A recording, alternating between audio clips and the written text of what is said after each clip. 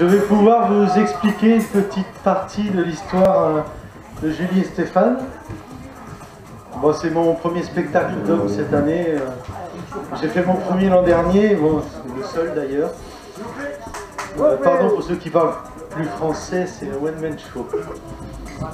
Il s'agit d'un texte de Paul Adam dont le titre est Pénélope, s'il y en a qui connaissent, que j'ai un peu arrangé pour coller à l'histoire. Ben oui, parce que du coup, la mariée, ce n'est pas Pénélope cette fois, c'est Julie.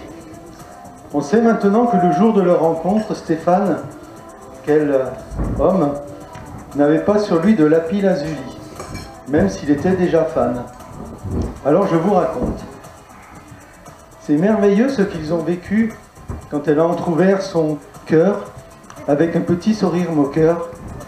Dans le jardin du bourg, il s'est dit, il faut que je la borde. Dans ce jardin botanique, il s'est dit, si je la tiens, je te jure, ce sera une belle aventure. Avant même que l'histoire débute, il avait compris que c'était une perle. Ça lui a fait pousser des ailes. Plus loin, sur un banc de granit, une pensée l'habite. Quand il lui caresse doucement la tête, il s'est senti un peu poète. À l'ombre des eucalyptus, il lui dit « Je voudrais que tu me suives ». Il l'a senti d'humeur lascive.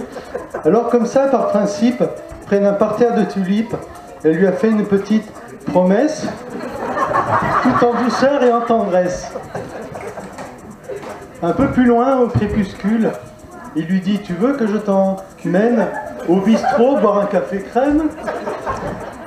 En fait, Stéphane préfère le thé. Vous ne saviez pas, mais il préfère le thé. Et il lui dit « J'aime me faire mon thé ».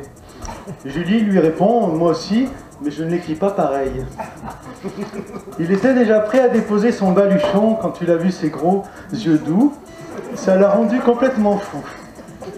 Si leur amour devait céder, il n'aurait plus qu'à se faire prêtre, car il ne pourrait s'en remettre. Si un jour leur amour rouille, il s'en mordrait très fort les doigts. Il n'a pas la trouille, ma foi. L'histoire continue ce jour-là, car il n'a pas été éconduit. En 2020, Stéphane emmène Julie à une réunion. Mais pas n'importe laquelle, la réunion. Il est convaincu. Il se dit, pourvu qu'elle me montre son bonheur, ce serait pour lui un honneur. Dans un endroit particulier, Stéphane trébuche et se retrouve à genoux devant elle, démuni, prêt à lui faire une déclaration. Il lui tend une bague sortie de nulle part. Elle frémit, ce n'est pas encore du lapis-lazuli, mais elle a dit oui, la Julie. Vive les mariés!